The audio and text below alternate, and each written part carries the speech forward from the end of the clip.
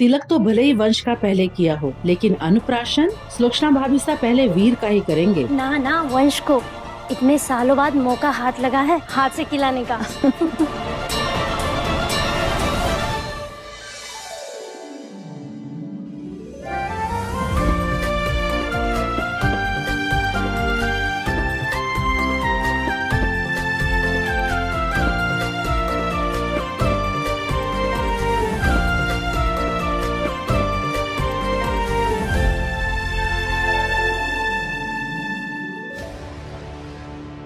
एक माँ के लिए उसके बच्चे हमेशा बराबर होते हैं।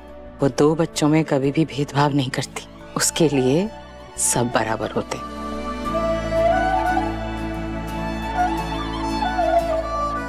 Hello hello hello hello hello, excuse me. माहौल और सेंटी हो जाए उससे पहले हमारी टीम तैयार है टू हैव सम फन। तो जैसा कि हमारी बुलबुल चाची कहती है, माहौल में हमेशा हंसी मजाक होता रहना चाहिए। तो म्यूजिक रुकना नहीं चाहिए। म्यूजिक। आग हवा का खेल प्रीत ये किस्मत की भड़काए, वो भीतर महके कस्तूरी सी हाथ मगर ना आई।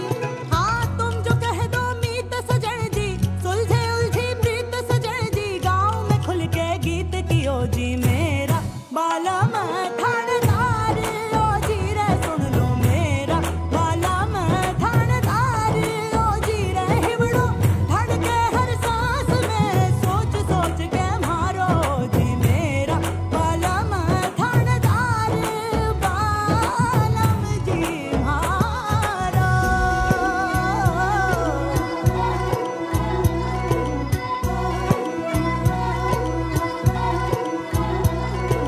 प्रीत कोई ये तर्क न जाने इसकी अपनी माया, प्रीत कोई ये तर्क न जाने इसकी अपनी माया, हार जीत का फर्क न जाने इसकी अपनी माया।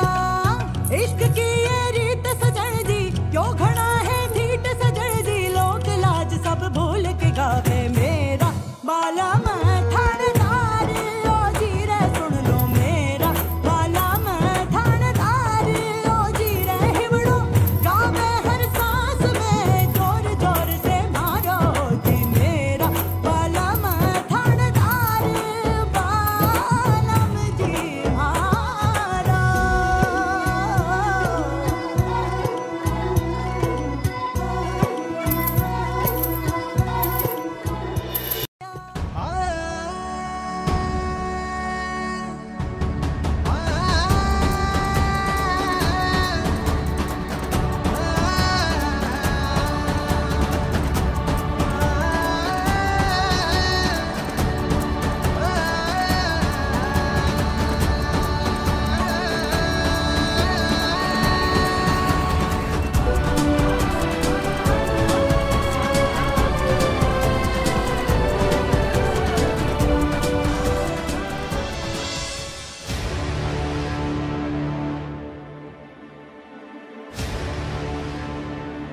ये वाले वेटर भाई साहब के कपड़ों पे तो होटल के नाम की स्पेलिंग बाकी वेटरों से अलग क्यों है? इनको पहले कभी देखा भी नहीं। मेरे को जांचना होगा कि ये आदमी कौन है।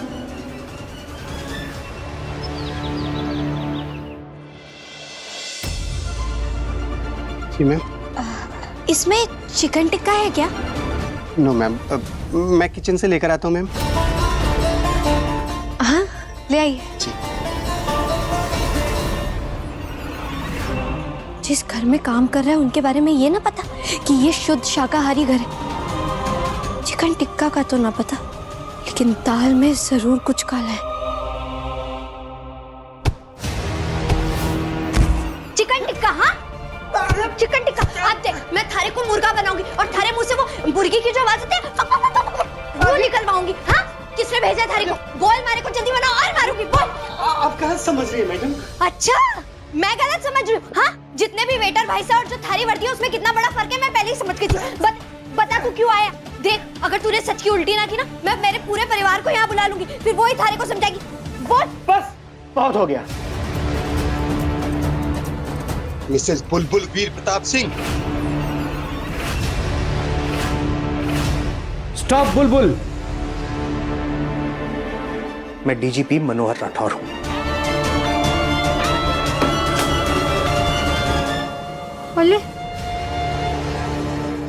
अरे सॉरी। अब डीजीपी साहब मैं आपको पहचान ही ना पाई। अब जय हिंद। जय हिंद। बाहर बात करें? हाँ। जी डीजीपी सर साहब, कहिए क्यों बुलाया आपने हमारे को? बुलबुल, जिस समझदारी के साथ तुमने सिचुएशन को हैंडल किया है, इट्स रियली वेरी इंप्रेसिव। अपने ही घर में इतने सारे लोगों के बीच तुमने एक फ्रॉड को आइडेंटिफाई कर लिया। ये कोई आसान काम नहीं है। हमने ये सब प्लान किया क्योंकि हम देखना चाहते थे कि तुम पकड़ पाओगी कि नहीं, और तुमने कर दिखाया। इतना ही नहीं, मुंबई ह्यूमन ट्रैफिकिंग का तुमने पर्दाफाश किया है। मीठी माई बॉम्ब ब्लास्ट केस का प्लान तुमने एक्सपोज किया है। तुम उन सब के असली चेहरे सामने लाई। ये कोई छोटी बात नहीं।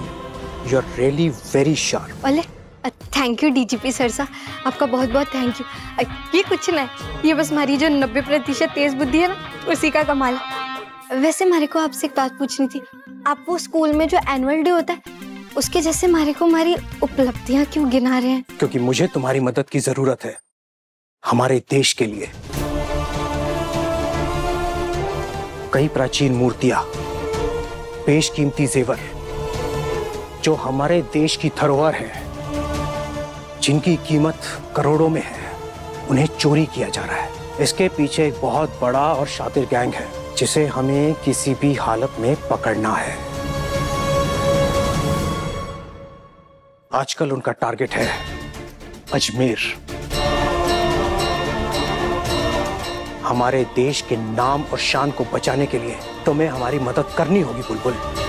डीजीपी सर साहब, आपकी जो चिट्ठी है ना, वो गलत पते पे पहुंच गई है। आपको ना हमारे जो थाने, अब हमारा मतलब है एसीपी वीर प्रताप सिंह से मदद लेनी चाहिए। चुटकी बजाते ही वो ये जो गंदे लोग हैं ना, उन्हें पकड़ लेंगे। नहीं पकड़ पाएंगे। ऐसे कैसे ना पकड़ पाएंगे? आप खुद सोचिए, आप लोगों को तो मैंने ही पकड़ लिया, तुम्हारे थानेदार साहब तो एक से बढ़ के एक गुनहगार को पकड़ सकते हैं। ये काम नहीं कर पाएगा, क्योंकि असली मास्टरमाइंड उसका अपना भाई है, वंश।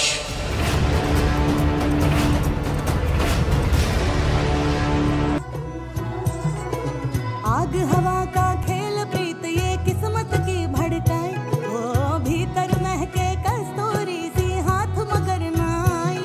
हाँ तुम जो कह दो मीत सजन जी, सुलझे उलझी प्रीत सजन जी, गाँव में खुल के गीत कियो जी मेरा बाला मैं थानेदार, ओ जी रे सुन लो मेरा बाला मैं थानेदार, ओ जी रे हिमड़ो धड़के हर सांस में, सोच सोच के मारो जी मेरा बाला मैं थानेदार, बालम जी मारो।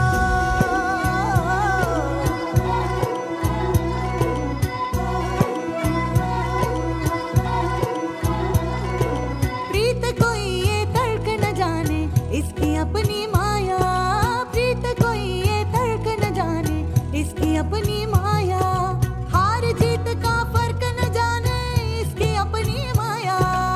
इश्क की ये रीत सजन जी, क्यों घड़ा है ढीठ सजन जी, लोक लाज सब भूल के गावे मेरा बाला मैं थानेदार, ओ जी रे सुन लो मेरा बाला मैं थानेदार, ओ जी रे हिमड़ो गावे हर सांस में, जोर जोर से मारो जी मेरा बाला। इस वक्त अगर कुछ भी कांड हुआ तो उसका सारा इल्जाम वीर पर जाएगा।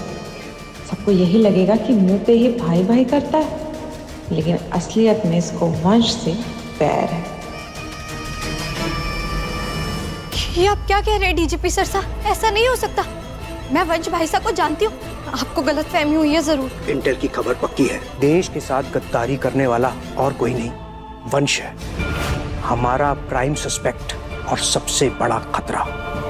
मगर अफसोस की बात यह है कि अभी हमारे पास वंश के खिलाफ कोई ठोस सबूत नहीं है। अगर वीर को हम ये काम देंगे तो वंश अलर्ट हो जाएगा और हमारे हाथ से निकल जाएगा। डीजीपी सर साहब, देखिए अभी अभी आपने कहा ना कि आपके पास पक्कम पक्का वाला कोई सबूत ना है, तो आप ऐसे कैसे कह सकते हैं कि ये जो बड़ी बड़ी चोरियां हो रही है उसके पीछे वंश भाई साहब का ही हाथ है? आज तक इस तरह के जितने भी केसेस हुए हैं, उन सारे केसेस के क्राइम सीन के पास वंश मौजूद था।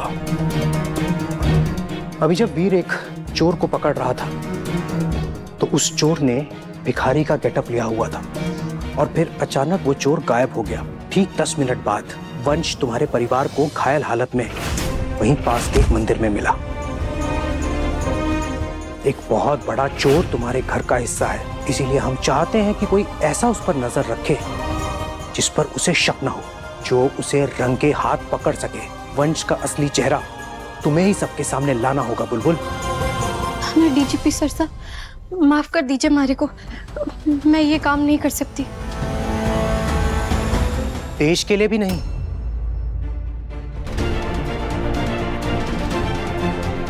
तुम्हें ये करना होगा देश के लिए।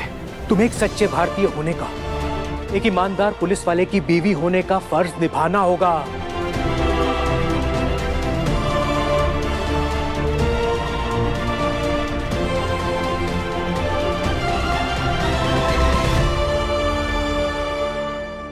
वंश बहुत खतरनाक है। उसके अंदर कोई इमोशंस नहीं, वो किसी रिलेशन को नहीं मानता, बल्कि वो तो तुम्हारे परिवार को भी एक मोहरा बना के इस्तेमाल कर रहा है। इसीलिए तो उसने यहाँ रहने के लिए हाँ की है।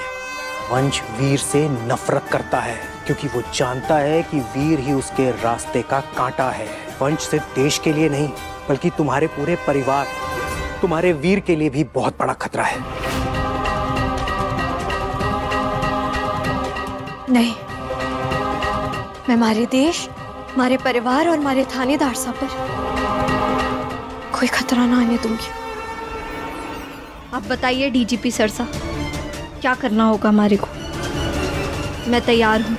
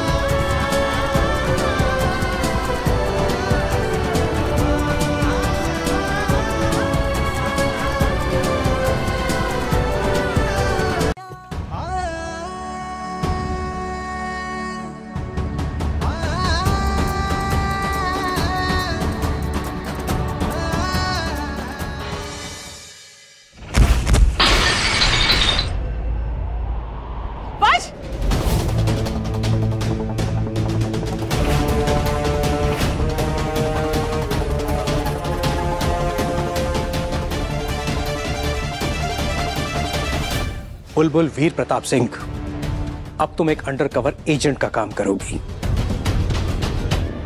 बोले अंडर कवर? वो जो प्लास्टिक की पन्नी आती है उसके अंदर जाके हमारे को काम करना पड़ेगा। अंडरकवर मतलब गुप्तचर। तुम सीक्रेटली इस मिशन पर काम करोगी, वंश पर नजर रखोगी और इस काम के बारे में किसी को कुछ नहीं बताओगी। वीर को भी इस बात की भनक नहीं लगनी चाहिए। मतलब हमारे को एक बार फिर हमारे थानेदार से सच्चाई छुपानी पड़ेगी। आराम से आराम से आराम से। सब ठीक है?